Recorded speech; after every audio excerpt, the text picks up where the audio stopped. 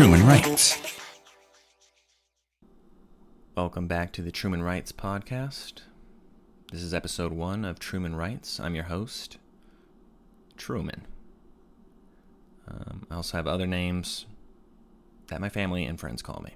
So, let's jump into this. First of all, I want to thank Andy Valentine from Fiverr. That's Fiverr with 2 R's, who created that slick intro you just heard. I also want to thank myself because that's my voice and I paid for it. Now, let's get something straight about the name. It's a pun on human rights. I write poetry. Creative writing is my thing, or something that I want to be my thing. So that's what it is, and that's the explanation. There's nothing more to it, really. So we're going to move on. Reference this episode if you ever have a question about what my name means, and I'll tell people that they can also find the explanation in episode 1. So, what's going to happen on this podcast? It's a fair question to have in these first 5 minutes. I want to read work that I've written as well as work of others to spread the good news and to help foster community where people are feel free to share their work, also to get excited about their work being read online, maybe pimp out their stuff. Just create a community where people can gather, we can listen to stories that people have written, we can be moved together, cry together, be weirded out together, because I'm sure there'll be a few of those. There's always that one guy who just creeps everyone out. And that's what I want this to be, a safe place for those people, for everyone. So I'm going to switch up what I think about podcasts and try to jump into the market in a little bit of a different way. Sort of a radio style, H.G. Wells radio broadcast type of thing where I just read stories. There's not much, bickering or bantering that's going to go on about who is messing up in the political sphere or whose boob fell out. I don't care about that. I want to explore some deeper topics within people's writing, I eventually maybe want to do interviews and live streams. I'll also be reading people who are already published, such as Courtney Mom. I'll be reading her Notes from Mexico chap book on the next episode. A really cool story, but I'll get into that on the next episode. Wow. Just had a little bit of a burp or something. Anyway, so this is sort of a quasi challenge to myself to write more. Also, I wanted a medium that would allow me to sort of expand out of my comfort zone, share some of my writing, because most of the time I just keep it in a Google Doc or don't do anything with it. And this is a way to at least go back one day and think or hear myself go through some of the stuff and work through it and say, oh, that really wasn't good when I read it out loud, or whatever it may be. Some days, some of these episodes are going to be cool. Some of them will bomb, and that's a part of life, and we're going to grow together, and I hope you stick through those challenging times, because not everything I write is good, and I'll admit to that now, even though I think it is. So before I jump into it, I want to encourage everyone to send me their writing. If you have something like a short story, any poetry pieces, maybe you have a chap book or a short novel that I can read, I would love to, read this stuff on air. I want you to tune in. You can hear your work read out loud, work through it. I'll discuss it. I'll try not to bash anyone unless it's just terrible or weird. And I'm going to be real with you people. If I don't like it, I'll say it. I'm most most of these pieces I'll enjoy because someone had the courage to send it. So I just want to be honest with you and say that not everyone is going to be a winner, but that's why we do this. So right now, I would just encourage you to DM me on Instagram at Truman Writes, RIGHTS, and let's do this thing. Hopefully you can tell your friends about this and we can build a community together. And I'll share their work also. I'll eventually have a P.O. box where people can send that in like hard copies, because I'm going to hopefully start to video this at some point so I can read people's letters live and then read their work and maybe open a few silver pieces, because somebody's got to fund this. So send your silver. If you don't have it, a shop near you does. This thing is going to be built by the people, so I want to encourage everyone in the beginning to just kind of hop on board with that. And if you have a couple bucks, once I get the P.O. box and you want to send that, let's just do it old style. This is cool. Snail mail. I don't want your super chat or your whatever the hell. Okay, just send me a letter. I think that'd be really fun, and it'll get people back into doing things of old, I guess. Write on a piece of paper, write down your feelings, journal, send it to me. I'll read it. We'll talk about it, and you'll feel better. Yeah. So I think that's pretty much a solid start to it. I'll jump into these first few pieces. I think I'm going to just do 2 pieces today. They're old contest pieces. Unfortunately, I've never won a contest, and that's all I'm going to say about that. So I think I'm going to start with this interesting piece that I'll call 1,000 word limit. Here we go. It's nice to have nice things, all in the moment type of happiness, similar to the flash of powder rising up into the barrel of the system that spits it out red, a flash in the pan, a flash of the eyes, a rattle in the hands, always a turn of the back in the end. That's how it always begins once someone decides it's over. I lost sight of friendship. I gave up on love. I fell into a new moment. A fluid pass into the darkness, a strange and wonderful place not many get to see. I wandered down the path that is warned against, and I never felt so free. I finally understood something. Busy flying and hitting the grim dust while in the desert place, out back and in the race while the sand flew all the same, biting and nipping at the brow and the lips, the sun chapping the body and the lips too. The mountains in view, but in the back of our minds. The days spent moseying in and around the music while the woman bore breast and the boys looked on and thought about the touching, but they respected style and grace. Quiet sometimes and never calm in the freelance shapes of this world. We had shipped out boxes that bump loud and free of judgment. No mirrors in sight and no real need. Betting on times we dropped letters of the alphabet, alive but in the moment. The moment lost in the nature of the beast who danced around me. I can see it in his eyes. Some kind of headband. He got lost, man. Blabbering on about something he had seen. Next time give him a map. Quietly as my eyes darted around. The maps are gone. Let your spirit free. Like an eagle, man. Like a bird in the wind under the sun. No clouds. Tooling around the town of that wasteland. Not really a town in the sense that a real community would respect. A Tropicana of souls and earned dollars. A refuge for the ones without homes who lacked a piece of the world they had left behind. Not rested and rowdied, we continued in that dancing under the beating sun that touched us all. Come with me, she spoke with intent. I won't give up. Where did you find me? How?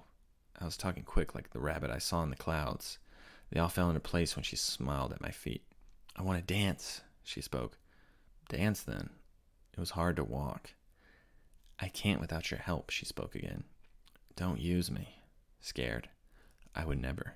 Her speech moved me. The trip set in under the stars in the middle of the forsaken land with the music playing loud. She put more paper on my tongue to get the stars moving again. She sniffed some magic and lent some to me. We cranked up our spirits and danced alone together in the night. I roamed around in the frenzy of my youth, all now learning to enjoy the loss that had come our way. Sideways from the history books and free lunch, bent from the outsourcing and pain of watching a man cry like only your father can.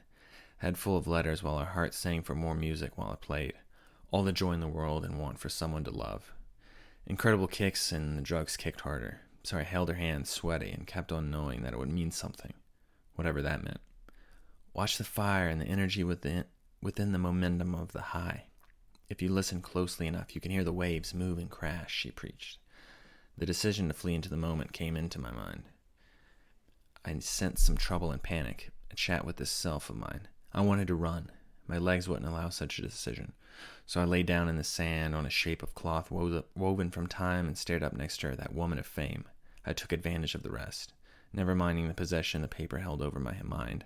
Special effects of the times never meant to last. I used to cry. I used to have moments that I didn't feel dead, all the way down to the town of my youth. Some kind of lost version of me. I hadn't counted on this, though. I knew not what I spoke. Tribal in her patterns of ways and voice. Love deep in her stomach and without lust for things of this world. I imagined what was becoming of her. I imagined becoming in her. So I let it be in her that cool evening under the stars in the desert. Bit by some bug they called love. Some kind of truth aroused in the back of my mind. Sitting around while the American dream played on me in distance while the storm played its ally. Heading for trouble, but I stopped caring. No sympathy for the lost and for the youth in that place of music. Jesus was rock and roll, she sang aloud. I faded off into a state of living color and drought as the sand stood still in that night. So I think that's a pretty fun one. I really like the girl that I wrote in this one. I think I could probably, clean up some of the dialogue, but I like that incoherent conversation that's happening. You don't know if it's drug fueled or if they're just dumb as hell.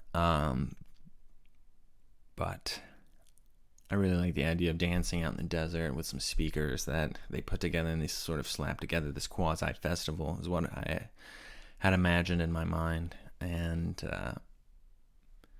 just youth discovering themselves and sort of evading why they ran away, but finding that reason out in the desert. So, I don't know. It's a fun one. And sometimes I'll think about this one that I wrote, just because there are bits and pieces of truth in it. Most of these are just fiction that I'm going to read. But there's something fun about that one. It's got a little bit of a spirit, and I'm into it. Okay, let's see. I'll do one more today, and then we'll wrap it up. Okay, I think I'm going to do this one, and I'll call it 733 words. Consigning to places unknown and within me, the places that I meet, the people I see, some of my moments I've lived and dreamed. I jumped from the cliff onto the bed below that broke like water and felt like it too. A hug from the mother and a wash by her too, submerged in a feeling of what drove us to. Holding my breath and sword fighting with the stallion that has one for itself. That's real life, baby. The sharks and friends lined around to watch the spectacle, cheering and booing depending on the bets they took from the whale who was gathering krill from the hard-headed ones. I fought for the country fried land where I grew up and yelled and ran with my brothers and sisters some, smiling back as the fight wore on with the swift takes and jabs and the whole thing. I eventually won and told the party to disband as I spoke with bubbles in hands. I swam along to the bank where the sand shone like grain and heat kissed the whole of my back, legs, as well as the top bit of my ass, walking and understanding that I was alive. I approached the cliff again and jumped into the sky. Heading in this time, I felt another break, a movement of body and another, two things coming together, renewed. I kept swimming down and down and down until I felt another color and sat for a bit. I noticed a nice thing with a lamp.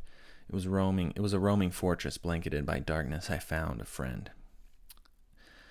The talk was plenty as we talked of it all, but after a good while we bid our adieus and left without turning to see each other's truths. I felt the breath float away and swam up to the surface. Some light drew me closer out of the womb, and I arose. A swamp of aversion now, a bleak and troubled place that was quiet in nature, still and no longer demanding. The place was a palace for the left behind of this world, the misunderstood and all the like.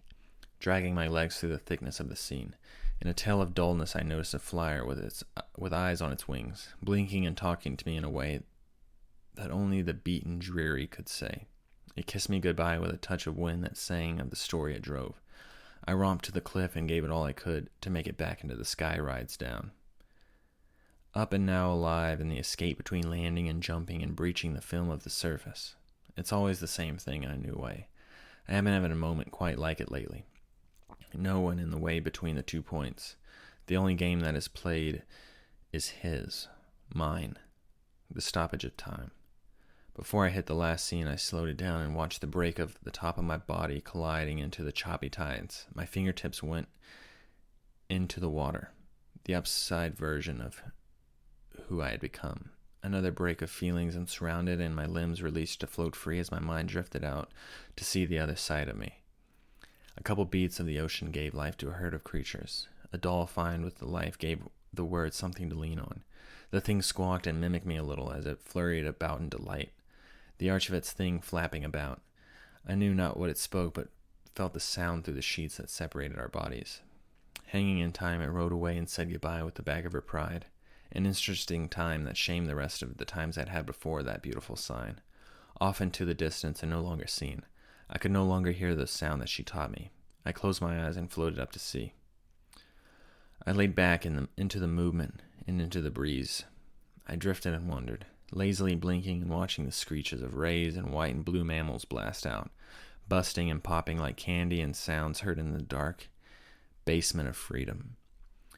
I was once in a moment of several, you see, a continuous meddling of sea creatures in me.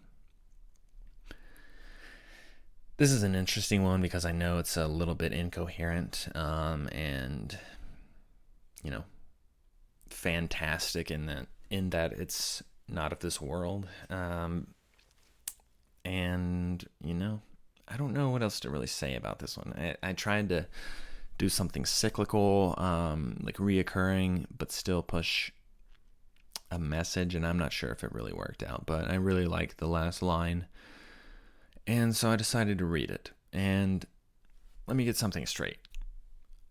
These reads aren't going to be perfect, okay? I'm not going to be able to do that. So if I have to belch, I'm gonna. And if I have to fart, I hope you don't hear it. And if I want to cough, I'm gonna. Because this is a real podcast. This is a real person talking to you, hopefully along for the ride on an early commute, or possibly just a sad Friday night where it's not really sad, you feel comfortable, you have a couple beers, but you could be out doing something, but you're not. You're listening to this, maybe it's sparking something in you to write, and if it does, please send it in. Again, this is going to be a podcast driven by you people and your content, and hopefully together we can build something here and we can help each other grow in all the right ways. And I look forward to the next episode, and hopefully you'll join me there. Talk soon.